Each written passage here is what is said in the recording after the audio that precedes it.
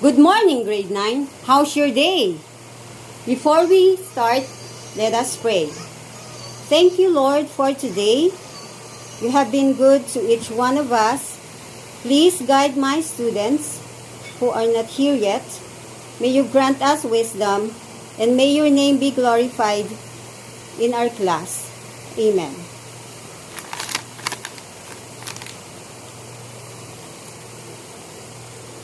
Before you take a seat, please look closely at the board. Then I'd like you to close your eyes for a second and imagine being in both places. You can now open your eyes. As we look closely at the board on the left, what can you see, Hannah? Thank you. We see a perfectly still mountain like lake, reflecting the blue sky, a truly serene body of water.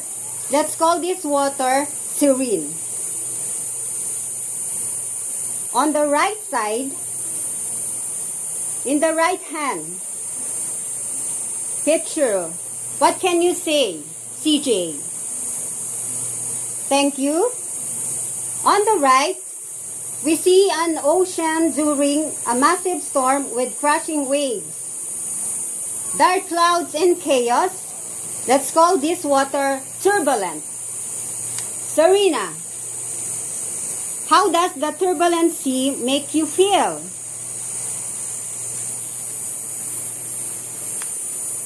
You feel stressed, like everything is out of control?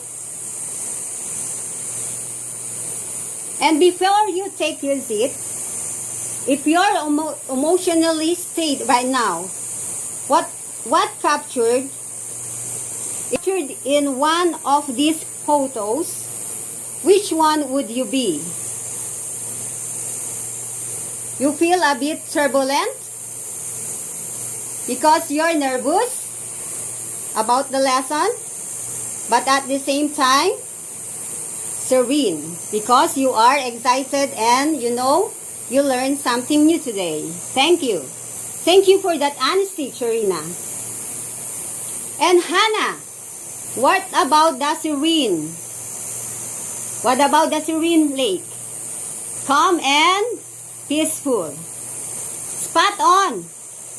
Notice how two different conditions can change our entire mood. Today, we will explore our words do the exact same thing to our minds. And by the end of this session, we will turn that turbulence into serenity. Let's begin. We are going to study antonyms and synonyms. And we know that antonyms and synonyms, they are context clues. They give the hint, clues as indicator or signaling words or signal words. In this topic, you can be able to first differentiate between synonyms and antonyms and identify vocabulary words in a paragraph using context clues and a graphic organizer within 10 to 15 minutes. Second, demonstrate emotional intelligence through the active expression of integrity and empathy. And third, you will physically construct a vocabulary organizer by grouping synonyms and antonyms, pairing on paper within 10 minutes. Are you excited? Remember our class rule. First one, read attentively. Second, speak briefly yet bravely. And third one, ask and follow courteously. Okay? Before we dive in, let's wake up your vocabulary brains. We are going to play a 90-second game called the Echo Chamber. When I shout a word, you must instantly shout back or shout back the nearly the same words or the same meaning of the word. Is it clear? Do you understand the echo? Echo. Again, when I shout out a word, you must shout back instantly a word that means the same. Is it clear? Okay. Ready? Happy. Zarina. Glad. Joyful. Cheerful. Thank you. Beautiful.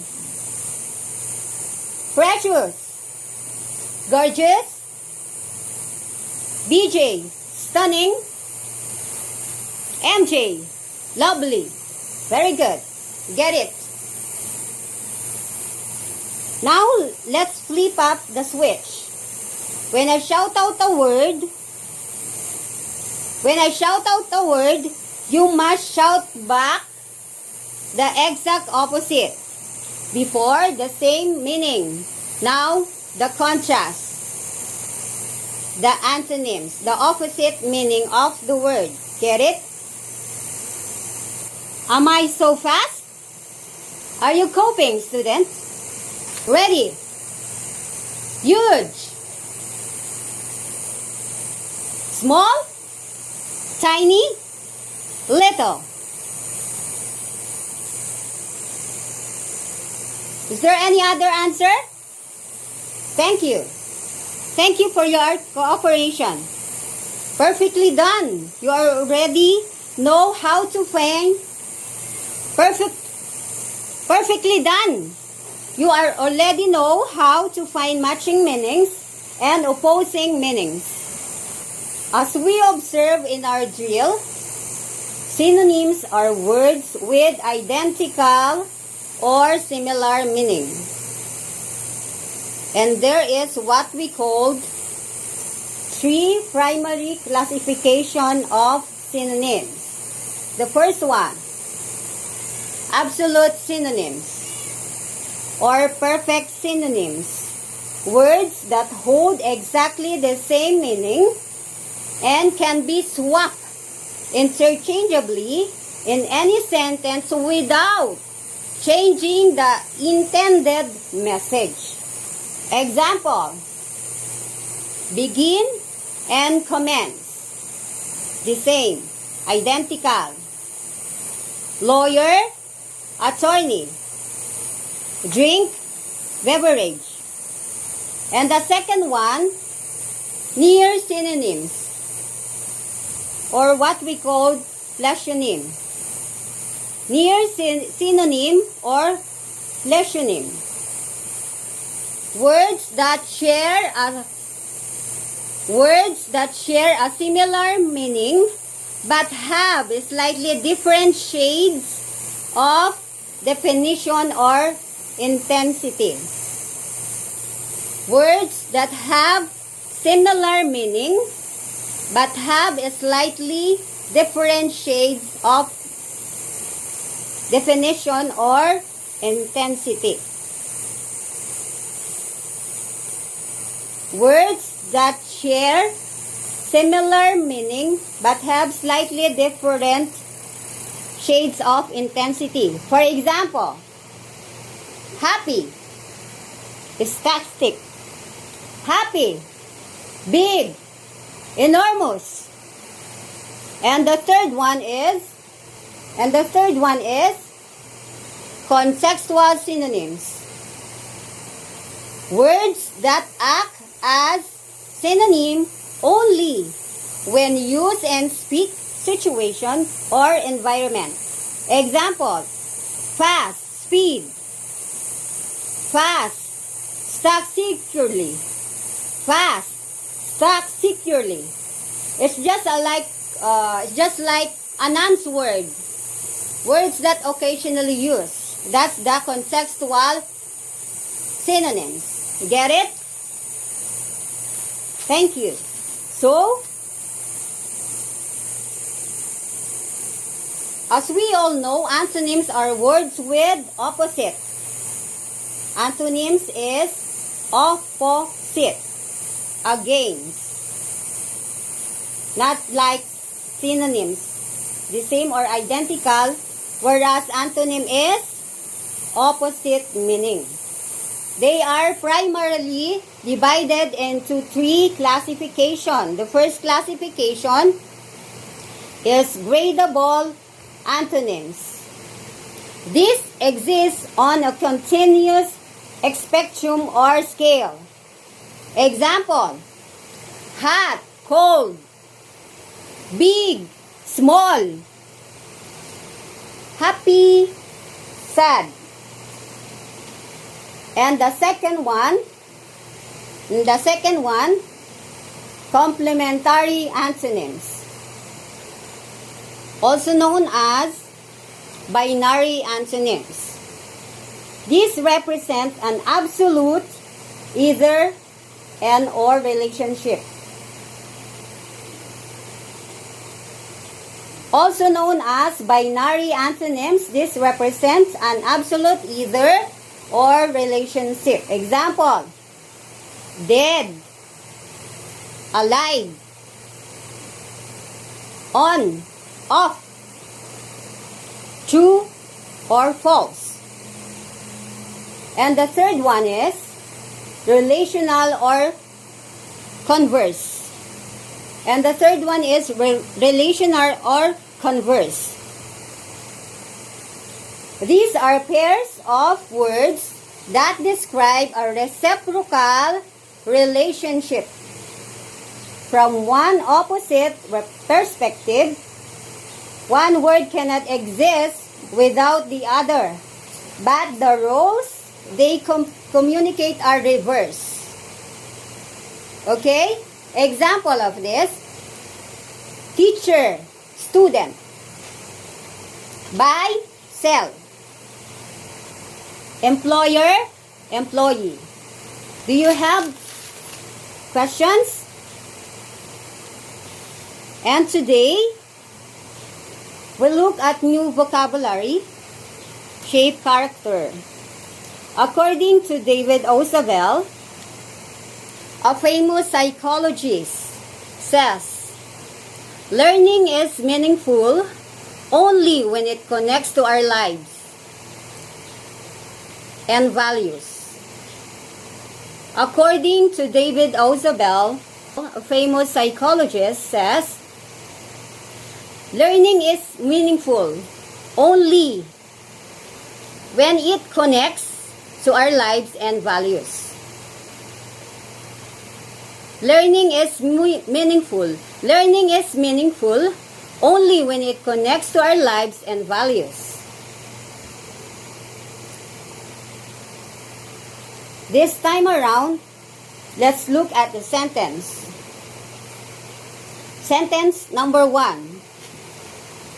Showing compassion to the poor is a benevolent act. Look at the word benevolent. Based on the clue word compassion, based on the clue word compassion,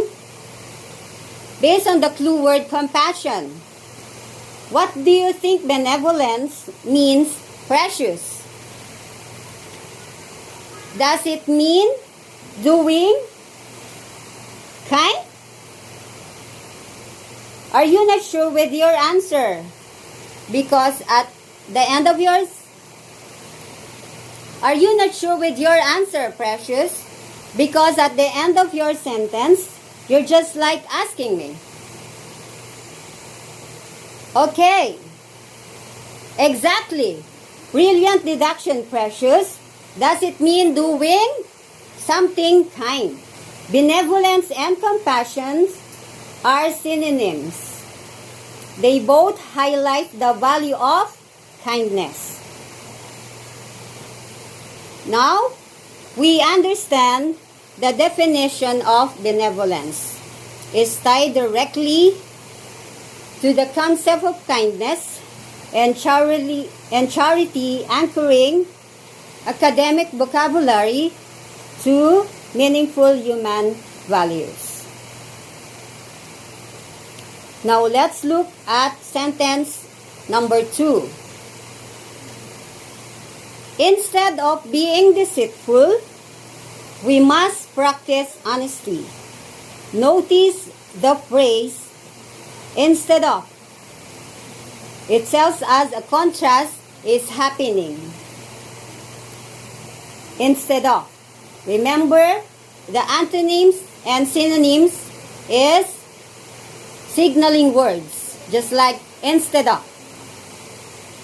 If honesty is good value, what does deceitful mean, Hannah?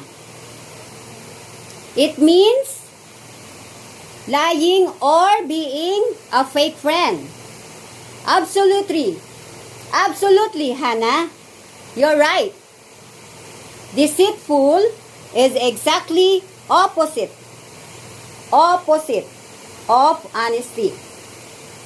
Therefore, they are antonyms. Eyes on the word, students.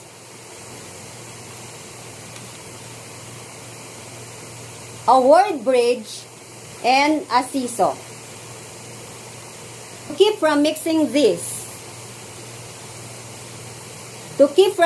this up in your head, use two mental models.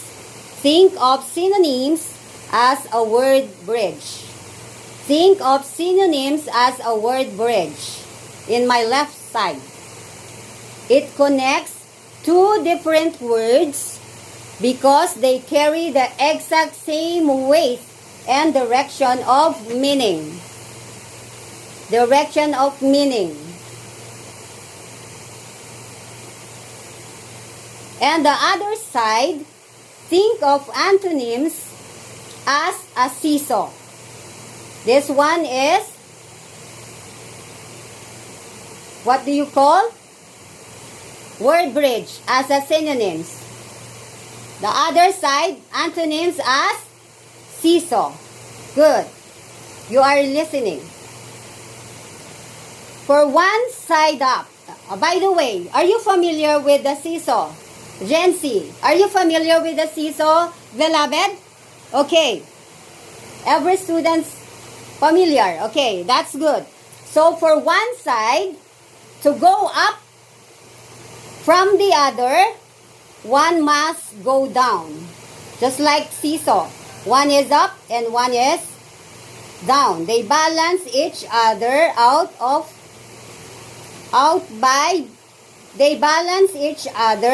out by being completely opposite forces. Just like honesty on the high and deceitful on the low side of the seesaw. Honesty at the top of the seesaw and low side is the deceitful. Get it? They were opposite. Now it's your turn to bridge and balance seesaws. Turn to your seatmate. You have exactly 4 minutes to read this short paragraph about digital citizen. On the paper, I advanced distributing it. Underline the one pair of synonyms about the paragraph digital citizen. About the paragraph about digital citizen. On your paper, underline the one pair of synonyms you find and circle the one pair of antonyms understood. Underline and circle. You are going to underline the synonyms and you are going to underline the antonyms. Is it clear? Your time starts now. Time is up. Let us read all together. Text on your handout. Let us read all together.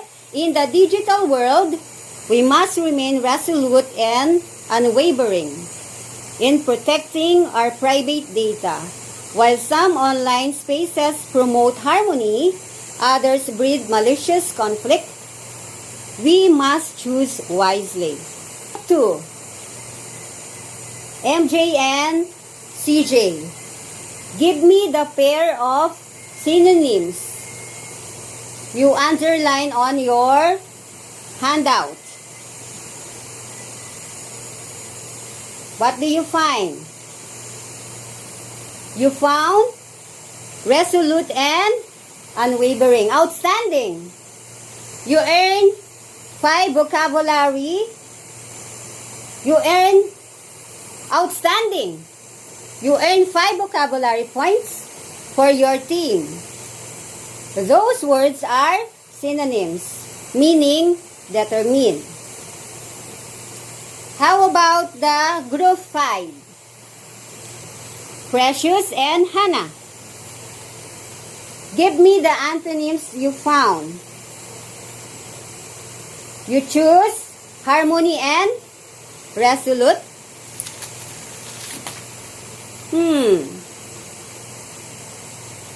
Let's pause and look at our tools, Hannah and Precious.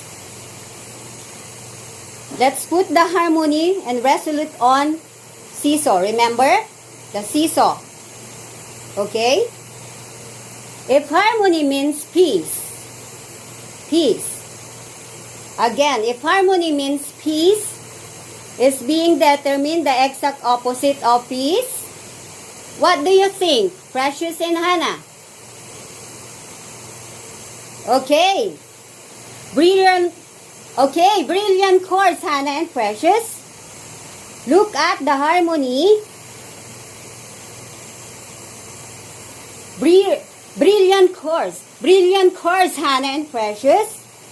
Look at that harmony and conflict are true antonyms. Excellent job catching the adjustment.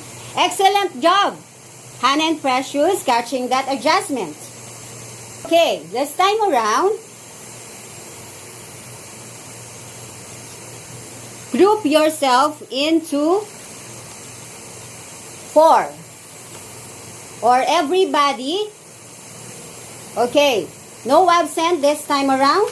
Okay, we have a group activity. The title of the game is Vocab Relay. Vocab Relay Rumble. Okay, as a continuation to the antonyms and synonyms. The mechanics of the game. Listen, I will read the mechanics of the game. The first one. Divide the class into 4 groups. Count 1, 2, 3, and 4. And then group yourself according to your designate number. Second, the first player writes a word and its definition on the board. Example, polite. And once finished, that player runs back to the line. The second mechanics, or the fourth mechanics, the second player runs to the board and writes a synonym for that word. For example, the word is polite. He or she will write the synonyms word of polite. Get it? And the sixth one, the fourth player runs and writes a sentence using the word polite. Okay? The team with the most words and correct answers wins. Get it? Okay, divide your class now.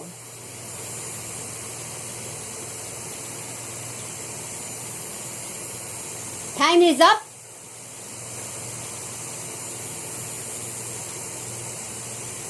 Let us give them a round of applause. The group 3, the group of Precious and Hannah. Do you have some questions and clarification about the synonyms and the antonyms? Okay, moving on. Okay, class, clear your desk. It is time for your individual activity exit ticket. Meaning, you have the group activity recently and now the individual activity. Is it okay? Are you coping, students? Okay, very good. Okay, here, you only have 3 minutes to answer. You have only 3 minutes to answer this question.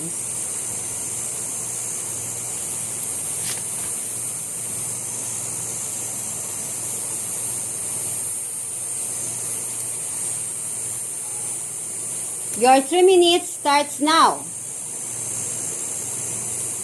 Pass your papers.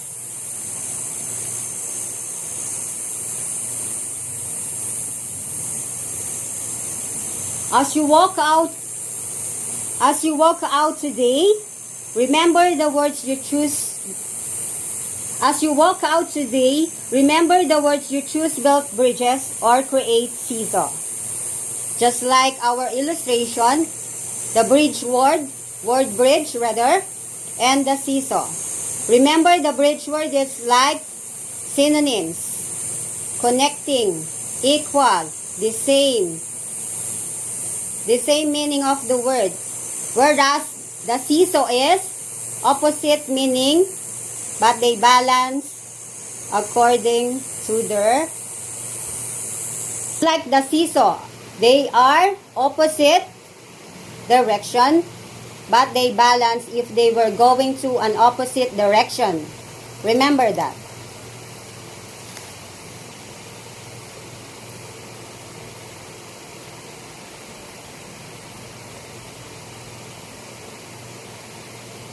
For your homework and assignment, open any website tonight, find a short editorial article, and paste it into your notebook. And highlight one pair of synonyms in yellow and one pair of antonyms in pink. Okay? You can read an article in website. I know you are digital students because you are 21st century students. You are advanced student. You can do it alone. So remember the instruction you need to follow. Okay? Okay.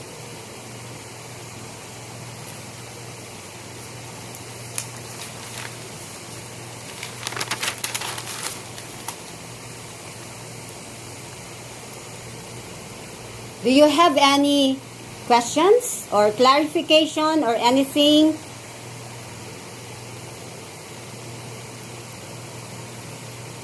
No?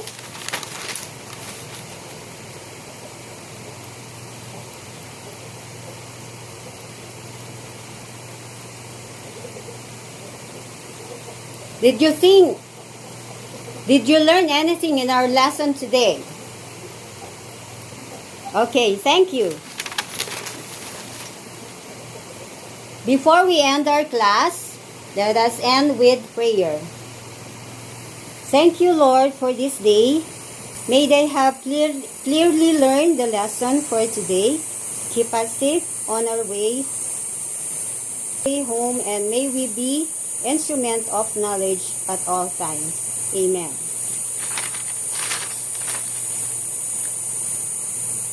See you tomorrow. See you tomorrow, class. Have a good day. God bless.